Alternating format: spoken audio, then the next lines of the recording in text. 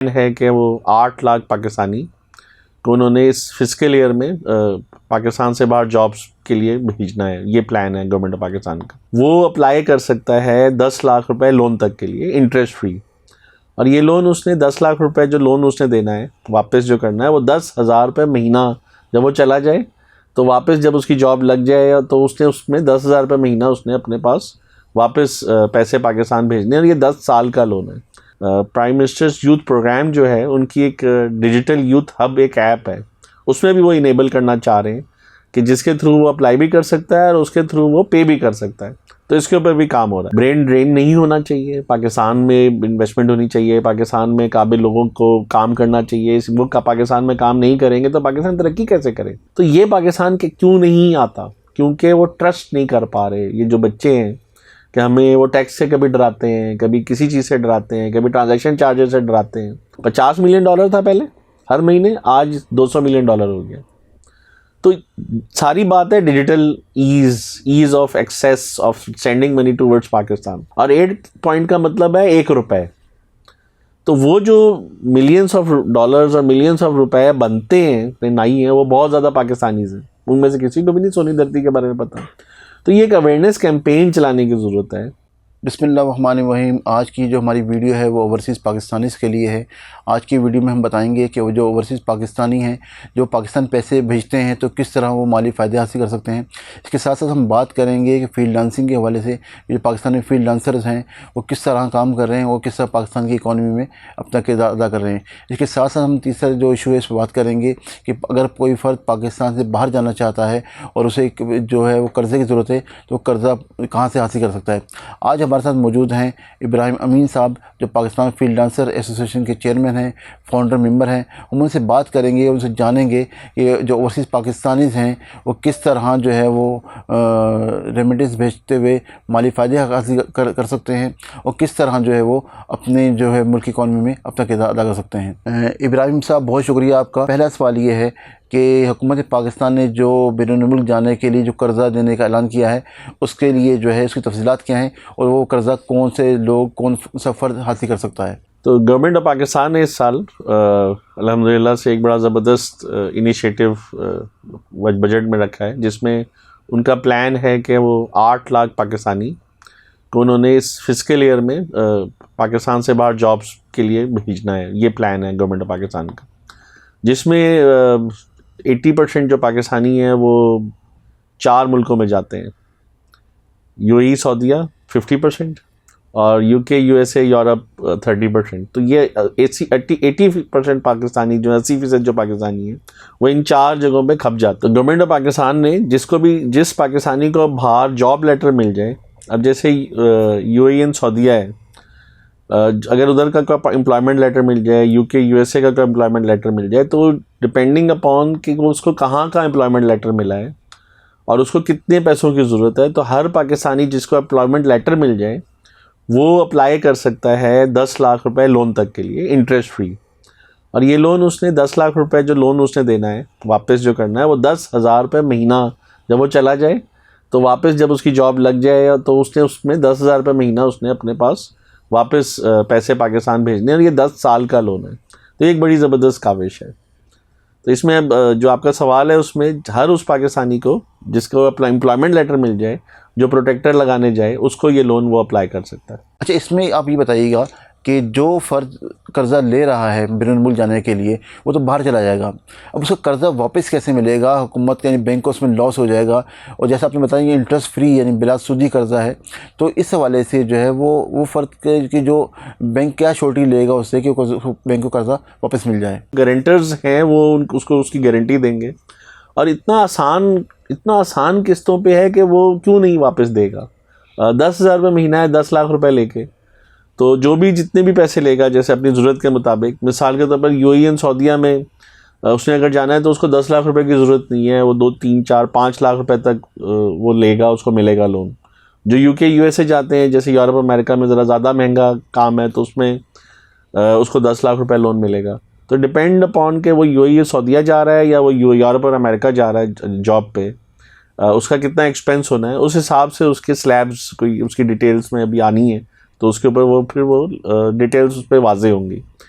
But बड़ा ज़बरदस्त initiative है और इसको government of Pakistan prime minister office, prime minister youth hub, prime minister's youth program जो है उनकी एक डिजिटल यूथ हब एक ऐप है, उसमें भी वो इनेबल करना चाह रहे हैं कि जिसके थ्रू वो अप्लाई भी कर सकता है और उसके थ्रू वो पे भी कर सकता है। तो इसके ऊपर भी काम हो रहा है। अच्छा, इसमें एक चीज़ बड़ी अहम है इब्राहिम साहब के, जिन लोगों की सोर्स होती है, जिनके ताल्लुकात होते हैं, उन्हें जो है कर्ज़ा मिल जाता है, लेकिन आम फ़र्द जो एक लेबर है, एक मज़दूर है, उसे पता ही नहीं होता कि बैंक कर्ज़ा दे रहा है। उस हवाले से बैंक जो क्या यानी इस हवाले से कोई आगाही मुहिम है जिससे जो है आम लेबर को, आम आदमी को पता चल सके कि वो कर्ज़ा कहाँ से हासिल कर सकता है? वैसे एक पोर्टल होता है, गवर्नमेंट ऑफ पाकिस्तान ने जितने भी सब्सिडाइज्ड लोन्स होते हैं वो गवर्नमेंट के बैंक्स के थ्रू होते हैं ज़्यादातर, और सब्सिडाइज्ड लोन्स वो देते हैं थ्रू अ पोर्टल। वो स्टेट बैंक का पोर्टल होता है जिस पे वो अप्लाई करते हैं। उसके ऊपर बाकायदा सोशल मीडिया पे, डिजिटल मीडिया पे, प्रिंट मीडिया पे मार्केटिंग वगैरह होती है, फॉर अवेयरनेस कैंपेन्स होती हैं। किसी प्रोग्राम की कम होती है, किसी की ज़्यादा होती है, बट ये मैंने देखा है कि अमूमन लोगों को मेरिट पे लोन मिलता है। अच्छा, इस हवाले से एक बड़ा अहम इशू है कि बहुत सारे अफराद ऐसे होंगे जिनको बैंक मना कर देंगे, यानी उनका मेरिट भी मुकम्मल होगा लेकिन वो कर्ज़ा नहीं मिलेगा, तो वो फ़र्द अपनी शिकायत कहाँ रजिस्टर करवाएगा? वो किससे रब्ता करेगा और कि उसको कर्ज़ा नहीं मिल रहा, वो अपनी शिकायत कहाँ रजिस्टर करवाएगा? जी, वही जो पोर्टल जिस पे वो अप्लाई करते हैं जी, उसी पे वो शिकायत का पोर्टल भी है, ऑप्शन है कि अगर आपको कोई लोन नहीं मिला, आप समझते हैं कि आप ने सारी फॉर्मेलिटीज़ पूरी कर दी हैं और फिर भी आपको लोन नहीं मिला, तो उसकी आप शिकायत दर्ज कर सकते हैं। अब ये बताइएगा मुझे इब्राहिम साहब कि जो लोग पाकिस्तान से बाहर जा रहे हैं उससे हमारे मुल्क को क्या फ़ायदा होगा, और क्या ये एक बड़ा इशू नहीं है कि जो बड़ी तादाद में स्किल आप लेबर कह लें, डॉक्टर्स कह रहे हैं, जो इंजीनियर्स पाकिस्तान से बाहर जा रहे हैं, तो इससे क्या हम ब्रेन ट्रेन नहीं कर रहे? हमारे मुल्क से जो अच्छा दिमाग है, जो काबिल लोग हैं, कि वो मुल्क से बाहर चले जाएंगे तो मुल्क कैसे चलेगा? बहुत अच्छा सवाल है और बहुत टेक्निकल बात है। इसके ऊपर दो अलग अलग राय हैं। बात आपकी बिल्कुल ठीक है। असल में पाकिस्तान को इस वक्त सबसे ज़्यादा फॉरेन एक्सचेंज की ज़रूरत, तो हमें डॉलर चाहिए। तो उसके लिए अब ब्रेन ड्रेन तो उनका होता है ना, जो क्वालिफाइड टेक्निकल लोग हैं। अब मैं जिस तबके की बात कर रहा हूँ, ब्लू कॉलर जो है, वो उनको स्किल सेट पाकिस्तान गवर्नमेंट ने स्किल सेट सिखा के उनको तैयार करके ब्लू कॉलर लेबर पाकिस्तान भेजना है। और जो पाकिस्तान से बाहर ब्लू कॉलर ऑलरेडी मौजूद हैं, उनको वाइट कॉलर की तरफ कैसे लेके आना है, ये भी एक बजट में प्लान है digital youth hub, prime minister youth program में। तो इसके ऊपर काम हो रहा है। अब आपका सवाल का जवाब जो है वो ज़रा बड़ा ही टेक्निकल और मुश्किल है कि हम किसको पहले तरजीह दें। ब्रेन ड्रेन नहीं होना चाहिए, पाकिस्तान में इन्वेस्टमेंट होनी चाहिए, पाकिस्तान में काबिल लोगों को काम करना चाहिए। वो पाकिस्तान में काम नहीं करेंगे तो पाकिस्तान तरक्की कैसे करे? और पाकिस्तान में हमें एक्सपोर्ट ओरिएंटेड प्रोडक्ट्स के ऊपर काम करना चाहिए, मेड इन पाकिस्तान के ऊपर काम करना चाहिए।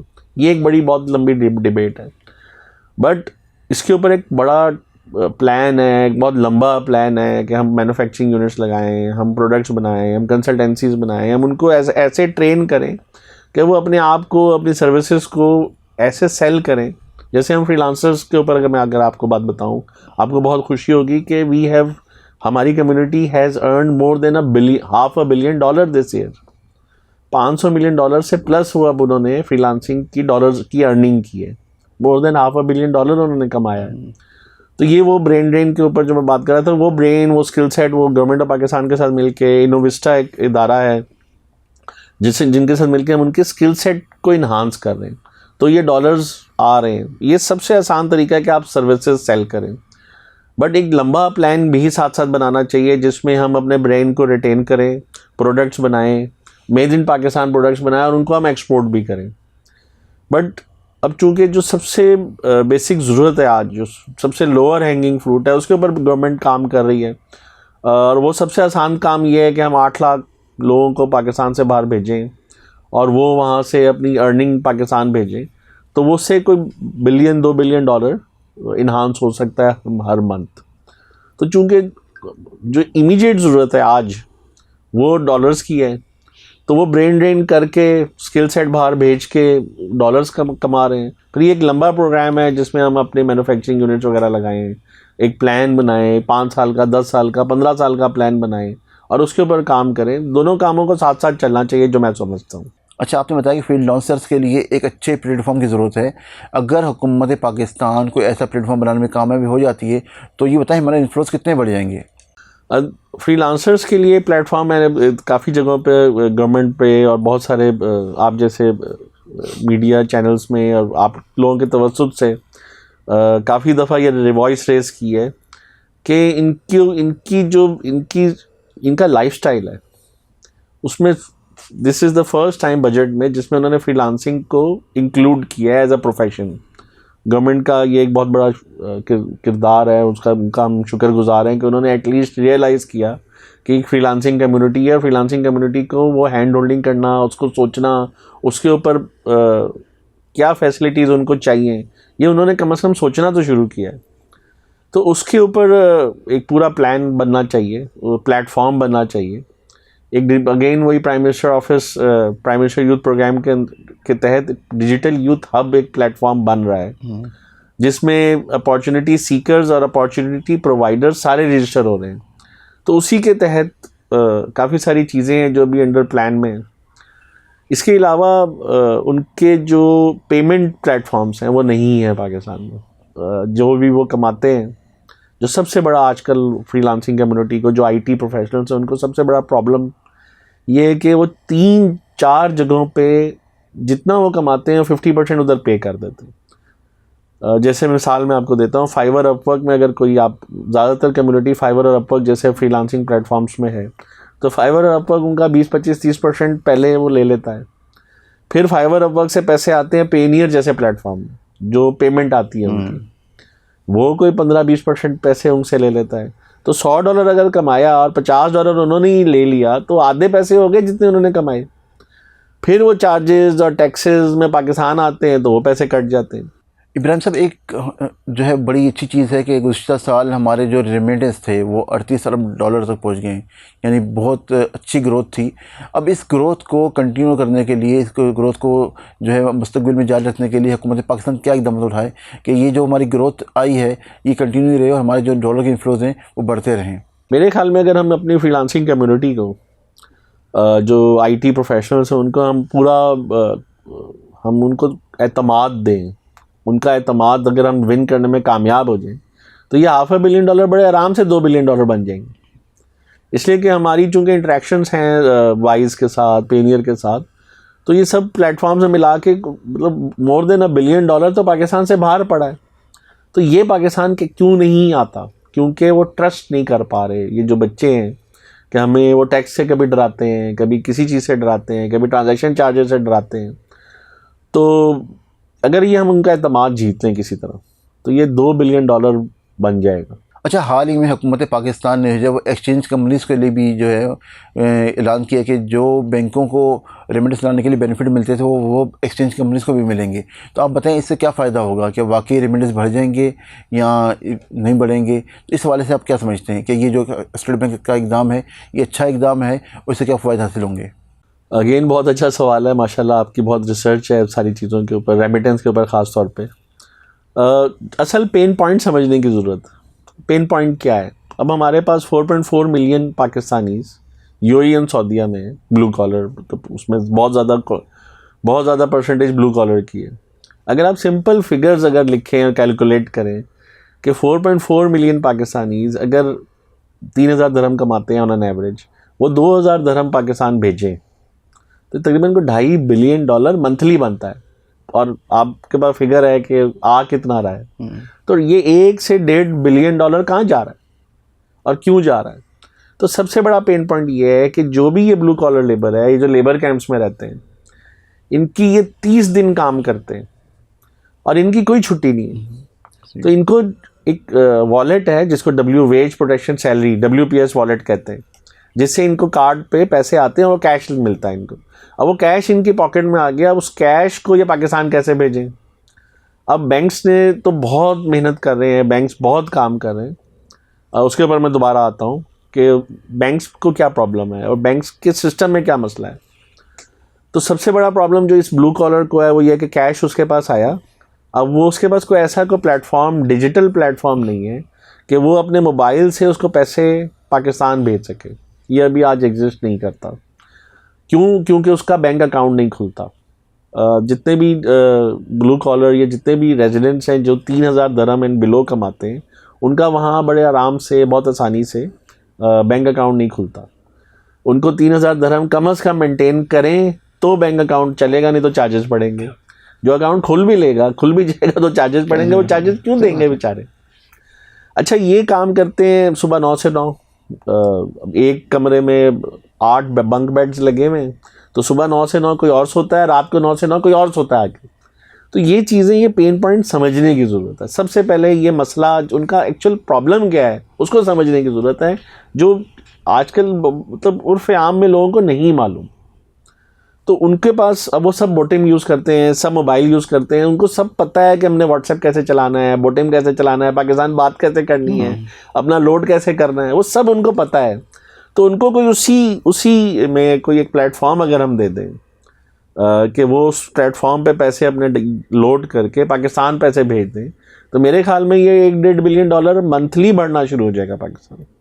एक ये बात। दूसरी बात, जो बैंक्स काम कर रहे हैं, अब अगर आप $200 की रेमिटेंस करें तो बैंक्स को अभी जो नया स्टेट बैंक ने भी सर्कुलर किया है, जो नया पाकिस्तान रेमिटेंस इनिशिएटिव में जो उन्होंने नई स्कीम की है, उसका जो उसमें मेरे ख्याल में उनको $20 दरम, $200 पे 20 दरम या रियाल वो मिलेगा।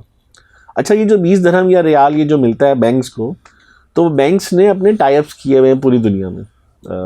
अल अंसारी, अल फरदान और मुख्तलिफ लोग, एजेंसीज़ हैं, एग्रीगेटर्स हैं, MTOs जिनको कहते हैं, मनी ट्रांसफ़र कंपनीज़ हैं।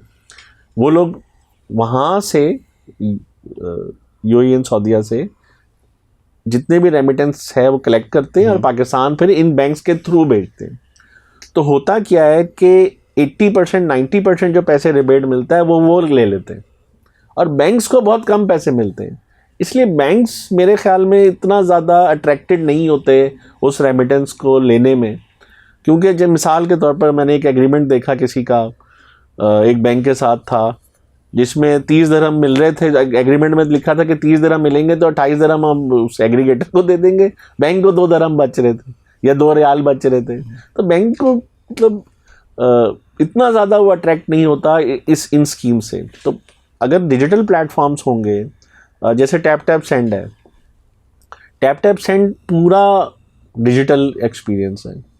पिछले साल मेरे ख्याल में कोई अंदाज़न $50 मिलियन हर महीने वो भेजता था।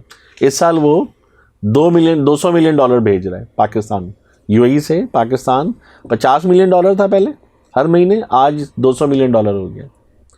तो सारी बात है digital ease of access of sending money towards Pakistan. ये सब जितनी भी ब्रिक एंड मॉर्टर है, ये एक दिन नोकिया बन जाएंगे, नज़र भी नहीं आएंगे और सब डिजिटल प्लेटफॉर्म्स पे आ जाएंगे। तो जो पहले चला जाए, जो पहले अचीव कर ले, जो पहले ये सिस्टम बना ले। अच्छा, इसमें एक और चीज़ है जो अब फिर लोगों को नहीं पता, आपके प्लेटफॉर्म पे मैं बताना चाहूँगा। एक और ऐप है जिसको कहते हैं सोनी धरती रेमिटेंस प्रोग्राम। इस बारे में भी लोगों को नहीं पता। आप जितने डॉलर पाकिस्तान भेज रहे हैं तो आपको हर डॉलर पे 1 पॉइंट मिलता है, और 1 पॉइंट का मतलब है ₹1। तो वो जो मिलियंस ऑफ डॉलर्स और मिलियंस ऑफ रुपए बनते हैं, मेरे ख्याल में उससे 3-4-5 लाख यूज़र हैं पाकिस्तान के अभी, 4.4 मिलियन नहीं है। उनको पता होना चाहिए, उनको पता नहीं है कि सोनी धरती रेमिटेंस प्रोग्राम है। हर डॉलर पे 1 पॉइंट मिलता है, और वो जो 1 पॉइंट है उससे आप यूटिलिटी स्टोर से ग्रोसरी खरीद सकते हैं। वो ₹1 बन जाता है पॉइंट। तो वो जो भेजने वाला या जिसको वो भेज रहा है, वो दोनों रजिस्टर हो सकते हैं। तो उससे मतलब ये कुछ फैसिलिटेशंस हैं, जो रेमिटेंस की फैसिलिटेशंस हैं, इसके बारे में पाकिस्तान को पता ही नहीं है। तो ये एक awareness outreach program Pakistan government को करना चाहिए, स्टेट बैंक को करना चाहिए, बैंक्स को करना चाहिए कि जो फैसिलिटेशंस अवेलेबल हैं। तो आउटरीच प्लान्स नहीं है, सही तरह प्रॉपर बात अपनी कन्वे नहीं कर पाते। दूसरा, सेंड नाउ पे लेटर, बहुत हुंडी हवाला में हमने ये देखा। दुबई हम रहे, UAE सऊदीया हमने गए और काफ़ी रिसर्च की, तो ये देखा कि अगर उसकी सैलरी वो भेज रहे हैं ना अपनी 2, 4, 5 साल से, और उसको 20 तारीख को या 25 तारीख को ज़रूरत पड़ गई, तो जो हुंडी हवाला वाला है उसके घर पैसे पहुंचा देता है, उसकी सैलरी दे देता है, वो उसको जब सैलरी मिलती है तो हुंडी वाले को दे देता है। तो इस किस्म का कोई प्रोग्राम नहीं है पाकिस्तान का। जिसको हम सेंड नाउ पे लेटर, जैसे हम BNPL का कहते हैं, बाय नाउ पे लेटर, इस तरह सेंड नाउ पे लेटर वाला कोई प्रोग्राम नहीं है। तो उनकी तकलीफ़ात, उनकी प्रॉब्लम्स को समझना और फिर उनका हल ढूंढना, ये एक बड़ा ज़रूरी काम है। इब्राहिम साहब, एक जो बड़ी अच्छी स्कीम है सोनी धरती स्कीम, जो रेमिटेंस के हवाले से, इस वाले से लोगों को मालूमात नहीं है, जो खासतौर पर जो ओवरसीज़ पाकिस्तानी हैं उनको मालूम ही नहीं है कि ये कितनी अच्छी स्कीम है, उसके ज़रिए उन्हें क्या माली फ़वाद हासिल हो सकते हैं। तो ज़रा हमें बताएं कि सोनी धरती क्या स्कीम है, ओवरसीज़ जो पाकिस्तानी हैं उन्हें क्या फ़ायदे हासिल हो सकते हैं। ऐप है, एप्पल और गूगल पे अवेलेबल है, आप उस पर डाउनलोड करें और उस पर अपने आप को रजिस्टर कराएं। बड़ा सिंपल प्रोसेस है, उर्दू इंग्लिश दोनों में है। उसमें आप जितने भी सेंडर्स हैं, जितने भी जो रेमिटेंस भेज रहे हैं पाकिस्तान से बाहर से, उसमें वो अपने ऐप को डाउनलोड करें, अपने आप को रजिस्टर करें और उसमें बेनिफिशरी को और अपने आप को रजिस्टर कर लें। और जो पैसे भेजें उसमें उसको मेंशन करें, उस ऐप को मेंशन करते वो पैसे पाकिस्तान से भेजें, तो वो पूरा टोटल रिपोर्ट होता है पाकिस्तान में। वन लिंक एक इदारा है, वहाँ पे वो मैनेज करते हैं। तो वहाँ पे पूरा जितने भी बैंक्स में जो भी रेमिटेंस आ रही है और जो भी भेज रहा है, तो वो वहाँ पे उस ऐप में रजिस्टर हो जाए, और उस ऐप में जब वो रजिस्टर होगा तो उसमें उसके पॉइंट्स बनना शुरू हो जाएंगे। सिंपल, मतलब बहुत सिंपल है। उसमें ऐप को डाउनलोड करने में और उसमें रजिस्टर होने में कोई प्रॉब्लम नहीं है, बट आउटरीच का प्रॉब्लम है, उसको पता ही नहीं। अब हम जैसे हज उम्रे पे जाते हैं, हम टैक्सी ड्राइवर्स के साथ, पाकिस्तानी टैक्सी ड्राइवर्स के साथ जाते हैं। यूएई में मैंने देखा है कि बहुत ज़्यादा बार्बर्स जो बाल काटने नाई हैं वो बहुत ज़्यादा पाकिस्तानीज़ हैं, उनमें से किसी को भी नहीं सोनी धरती के बारे में पता।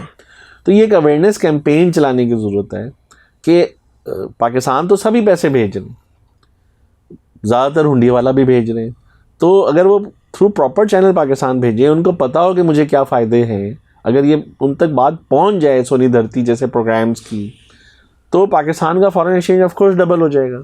तो ये आउटरीच की बड़ी बड़ी अशद ज़रूरत है, इन तक पैगाम पहुंचाने की बड़ी अशद ज़रूरत है पाकिस्तानी, खासतौर पर नॉन रेजिडेंट पाकिस्तानीज़ को। इब्राहिम साहब, आप जो है पाकिस्तान फ्रीलांसर एसोसिएशन के जो है वो फाउंडर चेयरमैन हैं, तो आप बताएं कि जो फ्रीलांसर हैं पाकिस्तान में, जो मुख्तलिफ देहातों में बैठे हुए हैं, जो गाँव में बैठे हुए हैं, वो किस तरह मुल्क की इकॉनमी में अपना किरदार अदा कर सकते हैं, किस तरह वो डॉलर ला सकते हैं, इस पर थोड़ा हमें ब्रीफ कीजिएगा। PAFLA PAFLA.org.pk हमारी वेबसाइट है, इस पर फ्रीलांसर्स रजिस्टर होते हैं, फ्री है, मेंबरशिप बिल्कुल फ्री है, इस पर कोई चार्जेस नहीं है। तो जब हमने ये कॉज शुरू की फ्रीलांसिंग कम्युनिटी के लिए, तो उसमें सबसे बड़ा सवाल, जो सबसे पहला सवाल था कि पाकिस्तान में कितने फ्रीलांसर्स। अब वो कोई ऐसा इदारा जो ऑथेंटिकेट कर सके, जो सर्वे कर सके कि पाकिस्तान में कितने फ्रीलांसर हैं, तो हमने एशियन डेवलपमेंट बैंक के साथ ये इनिशिएटिव शुरू किया। उस सर्वे के मुताबिक 2.37 मिलियन पाकिस्तानीज जो इस वक्त फ्रीलांसिंग कर रहे हैं। अब इसमें उनका हम जितने भी उसमें अब उनका इजाफा हम कैसे करें, उनको मज़ीद लोगों को फ्रीलांसिंग की तरफ कैसे लाएं, तो उसके लिए हमारे 3, 4, 5, 6 अलग अलग इनिशिएटिव्स हैं, जिसमें हम जितनी भी यूनिवर्सिटीज़ हैं, जो बच्चे यूनिवर्सिटीज़ में हैं इस वक्त 250 यूनिवर्सिटीज़ हैं, उनमें जा रहे हैं, उसमें हम फ्रीलांसिंग की ओरिएंटेशन दे रहे हैं। जब बच्चे ने, फाइनल ईयर के बच्चों ने जब प्रैक्टिकल लाइफ में कदम रखना है, तो वहाँ पे बच्चे बच्चियों में वुमेन यूनिवर्सिटीज़ में और बहुत सारे, मतलब 2nd, 3rd ईयर में सिटीज़ में जो यूनिवर्सिटीज़ हैं वहाँ जा रहे हैं। इसलिए कि हमारे 60-70% फ्रीलांसर्स कराची, लाहौर, इस्लामाबाद में नहीं, ये 2nd और 3rd ईयर सिटीज़ में। जैसे फाइवर अपवर्क में अगर आप देखें तो $1 मिलियन का उन्होंने 3 बच्चों को बैच दिया, और वो बच्चे कहाँ के हैं? सिंध में घोटकी डैरकी में एक बच्चा है, एक जेहलम में है, एक एबटाबाद में है। उनको $1 मिलियन का बैच मिला, उन्होंने एक पिछले 2024 में $1 मिलियन कमाया। तो कराची, लाहौर, इस्लामाबाद से तो नहीं किसी ने कमा।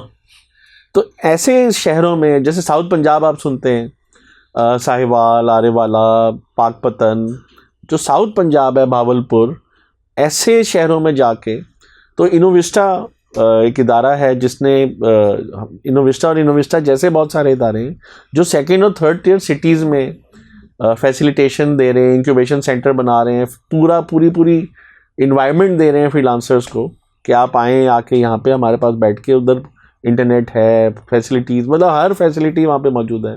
फिर ऐसे इंक्यूबेशन सेंटर में बैठने से जो और आसपास के जो बच्चे हैं और आसपास के जो फ्रीलांसिंग कर रहे हैं, उन सब के साथ जब आप कनेक्ट करते हैं और सेशंस करते हैं, मिलते हैं, तो आपका दिमाग खुलता है, आपको राह पता चलती है डिस्कशन होती है। तो ये सब एक इनिशिएटिव हम कराची से, बलूचिस्तान से बल्कि गिलगित तक ये पूरा इनिशिएटिव हम लेके चल रहे हैं, ताकि पाकिस्तान का हर बच्चे को फ्रीलांसिंग की ओरिएंटेशन हो, ख्वातीन को भी ओरिएंटेशन हो, और उनको पता चले कि हमने फ्रीलांसिंग कैसे करनी।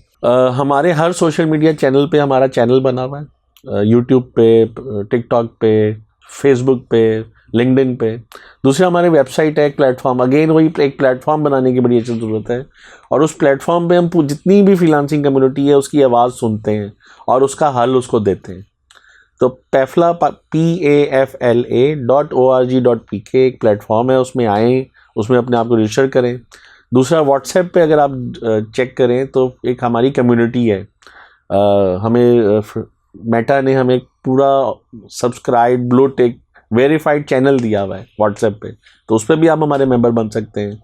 बहुत शुक्रिया इब्राहिम साहब आपका, आपने हमसे बहुत ही कीमती मालूमात शेयर की, और ख़ास तौर पे ओवरसीज़ पाकिस्तानी के हवाले थे कि ओवरसीज़ पाकिस्तानी किस तरह जब पाकिस्तान में रेमिटेंस भेजते हैं तो माली फ़ायदे हासिल कर सकते हैं। यानी कि वो जब ओवरसीज़ पाकिस्तानी पाकिस्तान में सोनी धरती के ज़रिए पैसे भेजते हैं तो उन्हें पॉइंट्स मिलते हैं। उन पॉइंट्स को वो बतौर कैश, यानी जो किसी भी सरकारी इदारे में बतौर फ़ीस, अगर पासपोर्ट बनवाने जा रहे हैं तो वहाँ पर बतौर फ़ीस अदा कर सकते हैं। अगर वो एयरपोर्ट पर आ रहे हैं, कोई मोबाइल फ़ोन लेके आ रहे हैं, तो उन पॉइंट्स को बतौर जो है वो मोबाइल फ़ोन की ड्यूटी के तौर पे अदा कर सकते हैं। तो मैं समझता हूँ कि पाकिस्तानी को चाहिए, ऐसे पाकिस्तानी जो बैरून मुल्क काम कर रहे हैं वो इस सोनी धरती स्कीम से फ़ायदा उठाएं, और इसके ज़रिए उन्हें पॉइंट मिलेंगे और उन पॉइंट से उन्हें माली फ़ायदा होगा। इंशाल्लाह अगली वीडियो मज़ीद आपके लिए कीमती मालूमात लेकर हाजिर होंगे। हमारे चैनल को सब्सक्राइब भी करें। बहुत शुक्रिया।